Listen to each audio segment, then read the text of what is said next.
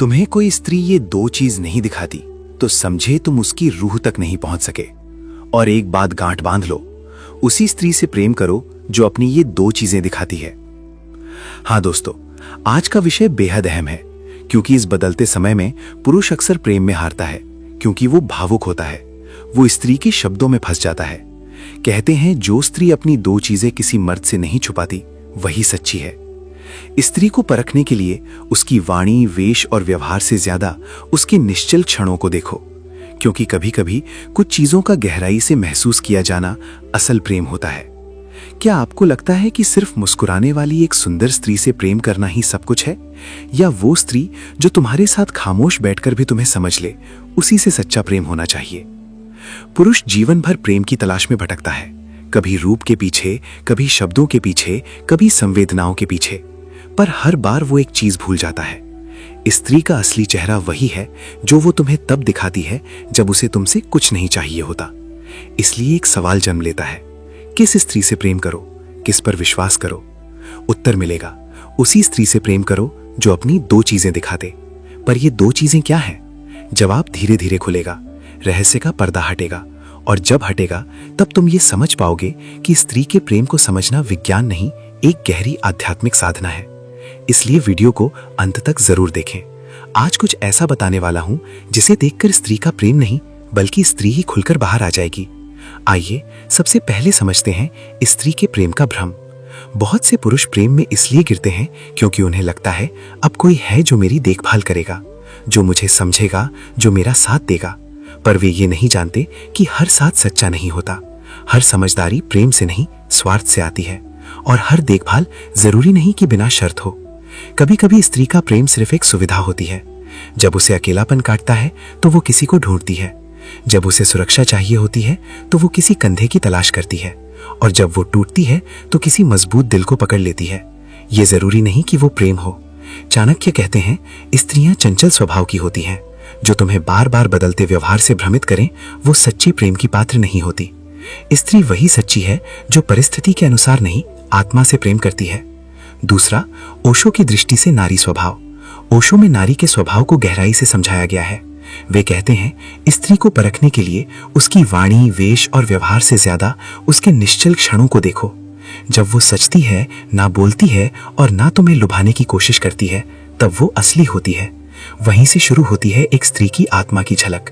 चाणक्य के अनुसार, या स्त्री ना प्रकटते स्वभावः तस्या न विश्वासः। जो स्त्री अपने स्वभाव को छुपाती है उस पर विश्वास नहीं करना चाहिए। इसका अर्थ साफ है, प्रेम उसी से करो जो दिखावा नहीं करती, जो जैसी है वैसी ही दिखती है।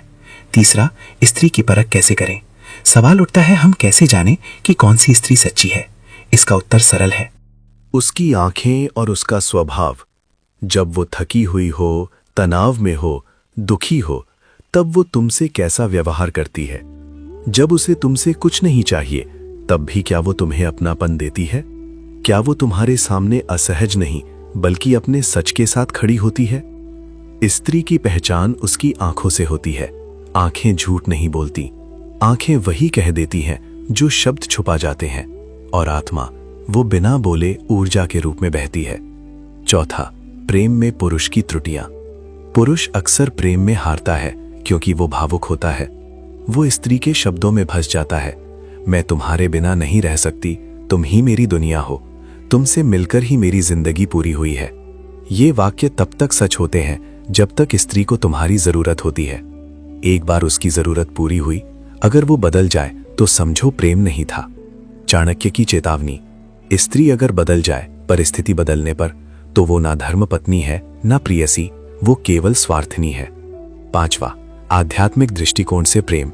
भारतीय दर्शन कहता है कि सच्चा प्रेम आत्मा से होता है। शरीर तो नश्वर है, रूप तो क्षणभंगुर है, पर आत्मा वो अनंत है। राम ने सीता को प्रेम किया क्योंकि सीता की आंखों में भक्ति थी, सेवा थी और मर्यादा थी। रुक्मणी ने कृष्ण को चाहा क्योंकि कृष्ण को सिर्फ रूप नहीं, उनके भाव आकर्षित करते थे।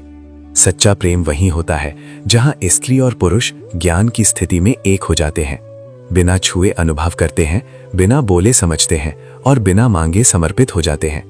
अब हम पहुंचते हैं उस मोड़ पर जहां इस पूरी यात्रा का सार छुपा है।